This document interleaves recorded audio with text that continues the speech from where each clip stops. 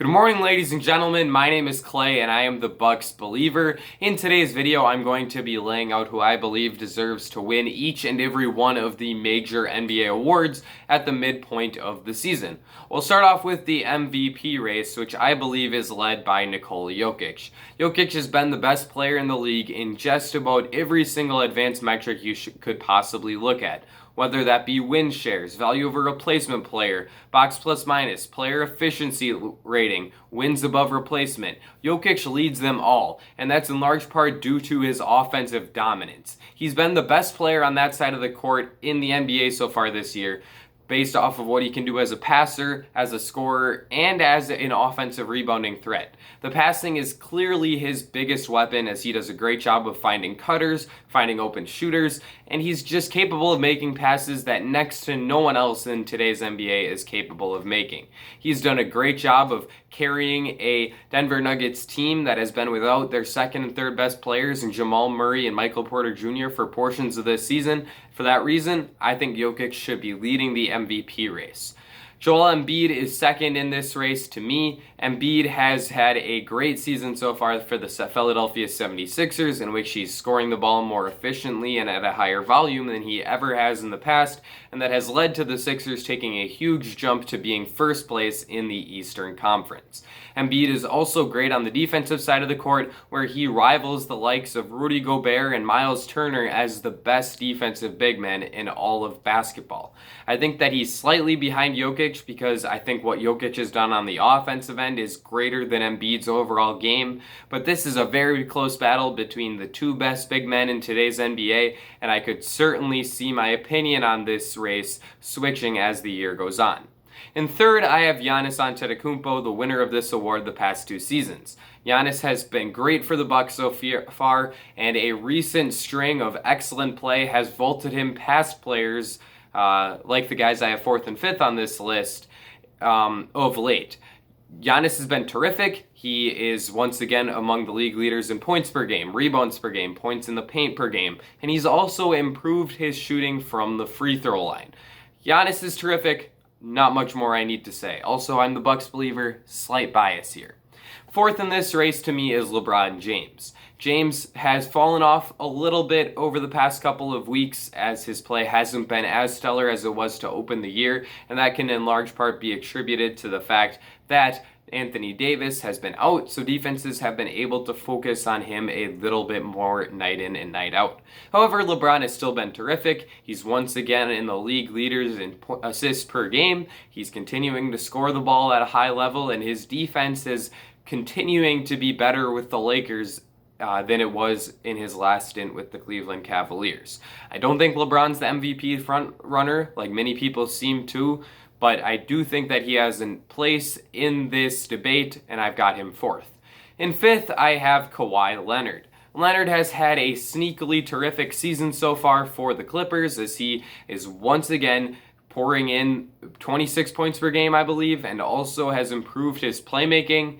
Leonard is always terrific on the defensive end, and I considered putting him above James on this list because of that defensive contribution. However, I think that James's superior playmaking makes him a better choice for this award than Kawhi's defense does, but I think that these two guys are very, very close in this debate. Moving on to the Defensive Player of the Year, my current leader is Ben Simmons. This was a very tough choice between Simmons and the guy who I have second on this list in Rudy Gobert, but I ended up going with Simmons because I think that he can do a lot of the same stuff that Gobert does as an off-the-ball defender and weak side rim protector, while also being one of, if not the single, best on-ball defenders in the NBA. He's so disruptive, he has active hands and allows his team to force so many turnovers. He's elevated the Sixers defense to being one of the top 5 units in the NBA so far this year, and I think he should win DPOY. However, Rudy Gobert has a very strong case as well, and I had such a hard time choosing which one of these two I was going to pick first.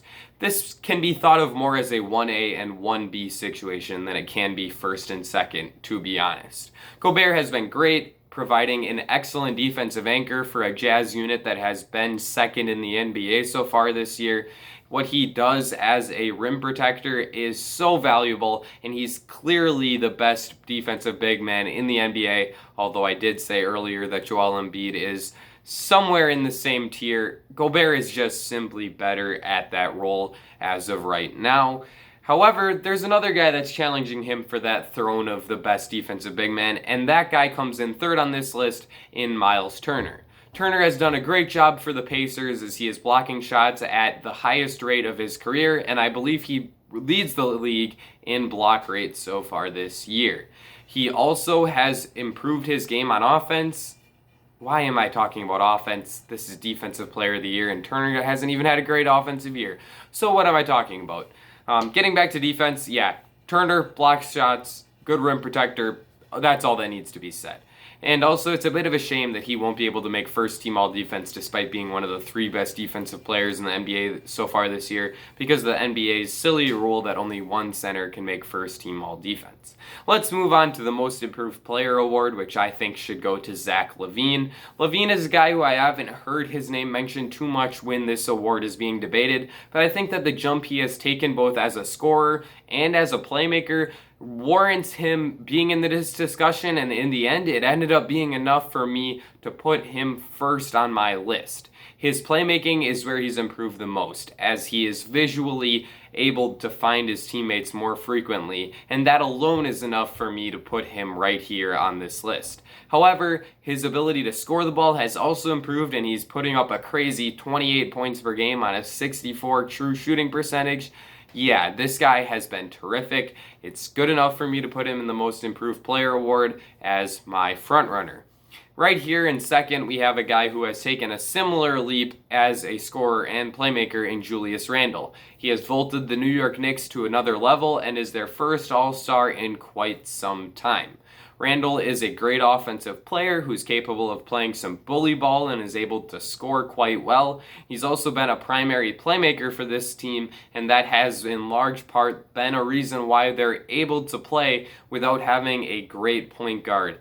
So overall, I think that Randle and LaVine are duking it out for this award, and I could go either way. A step behind them is Jeremy Grant. Grant comes in third on this list because he has gone from being someone who was not much of a featured guy in the offense in Denver last season to being one of the better volume scorers in the NBA so far this year, as he's averaged 23 points per game on not bad shooting efficiency. Grant has taken a huge leap, although I do think that a large part of that might be the role that he has stepped into. I do think he's gotten a lot better though, and he belongs here on the Most Improved Player list. Moving on to Sixth Man of the Year, my pick to win this one is probably a unanimous pick is Jordan Clarkson. Clarkson has been incredible for the Utah Jazz so far this year, as he has taken a higher volume or a higher percentage of his shots from beyond the three-point line, and is also shooting a career high percentage from the three-point line. He's averaging around 17 points per game, I believe, and his contributions for the Jazz off the bench have been huge in them becoming the best team in the NBA so far this year. He's running away with this award, so this is an easy selection. In second, I have Thad Young. I think that Young is easily the second choice for this award, and that there's another gap from him to the guy who I have in third. Thad has taken over a really nice role as a secondary playmaker for this Bulls team. He's also more locked in on the defensive end than he was last year, and he has not been terrible as a scorer when he has been called upon to do so. So I've got Young second on my list here, and in third I have Tyrese Haliburton. Haliburton has been great so far in his rookie season, as I'll get to a little bit more when I talk about the Rookie of the Year race. He has been a consistent source of offense, both as a scorer and a playmaker, while also playing really high-level defense for a rookie. I think Haliburton is someone who is worthy of being right in the debate to win this award, and I've got him finishing third as of right now. Moving on to Rookie of the Year, The pick for this one is easily LaMelo Ball. Ever since being moved into the Charlotte Hornets starting lineup, Ball has been playing terrific, averaging upwards of 20 points per game. He's shooting the ball better than anyone thought he would coming in. He's been scoring the ball at the basket and has been a stronger finisher than people thought he would coming in, and the passing has been just as good as advertised. I had LaMelo Ball first on my big board heading into the draft, and I thought that he had a chance to be a superstar player, as I did have him rated as a tier 1 guy, but even I am shocked at what he's done. He's been one of the best rookies in recent memory, and I am very excited to see what LaMelo can continue to do as his career goes on. Finishing second in this award for me right now would be Halliburton. I touched on him a little bit when I talked about Sixth Man of the Year, but Halliburton has also exceeded my expectations. I had him 7th on my big board coming in, and well, based off what I've seen so far this year, yeah, I think that probably should have been much closer to 4th or maybe even 3rd. Tyrese has been great. He's providing the Kings with a lot of great scoring punch as well as some nice playmaking. He's been good defensively. I already touched on this. I won't delve into it much more. The last guy here is Immanuel Quickley. Quickley has been the real shocker, as I had him, I think, 33rd on my board, and that was probably quite a bit higher than most people did. So it was definitely a surprise when the Knicks took him with the 25th pick of the first round. But Quickley has been living up to those expectations of being a first-round pick, and then some, as he's shooting the ball very well. He's been showing an ability to be an on-ball shot creator at a better level than I thought he would coming in, and he's been able to hang in there defensively in Tom Thibodeau's system. Quickley's been really good for the Knicks so far, so I had to give him some respect and put him 3rd on my Rookie of the Year list. Finally, let's talk about Coach of the Year. This is, in my opinion, the least interesting award because it's really hard to determine whether or not a team's success should be attributed to the coach or the players, but in the case of the guy who I think deserves to win, he deserves so much credit for what his team has done, and that's Quinn Snyder. Snyder, to me, is the best coach in the NBA right now, as he does a good job of both drawing up elaborate schemes for his team coming into the game, which puts them in great position to win each and every contest, and number 2, having a great ability to adjust in game while being able to draw up great set plays for his squad. Snyder's great. He's easily the Coach of the Year so far by my estimation, but the guy who's second on this list has had a pretty similar season as Quinn. He's also led his team to the top record in their respective conference and has seen his star players take a huge jump from where they were in the past. And that guy is Doc Rivers. Ben Simmons and Joel Embiid are both playing the best basketball of their careers so far this year, and I think that in large part can be attributed to Doc Rivers' arrival in Philadelphia. He's done a great job of coaching this team. They're playing the best basketball they have in a long time, and I think they have a very real shot to make it to the Eastern Conference Finals, if not even a bit further in this year's NBA playoffs. Doc deserves a lot of credit for that, so I've got him second on my Coach of the Year list.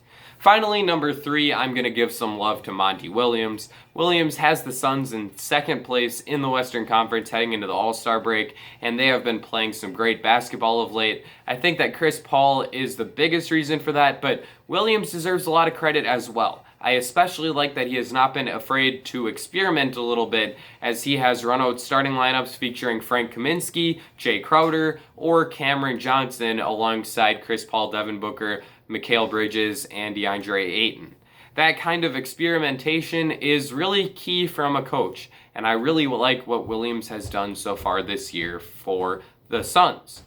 Overall, as you can see, there are a lot of really fun award races so far this year. One that I will particularly be keeping my eye on has to be the MVP, as I'm very intrigued to see whether Nikola Jokic or Joel Embiid can separate themselves from the pack. Because if they can't, there is a whole group of guys in a tier right below them that is ready to chase an MVP award, whether that be Giannis, LeBron, Kawhi, Steph Curry, Luka Doncic. There are a multitude of players who could chase after that award. Let me know what your thoughts are in the comment section down below. Leave a like and subscribe if you enjoyed this video. That's going to be it for me. ladies and gentlemen, I'll see you all again very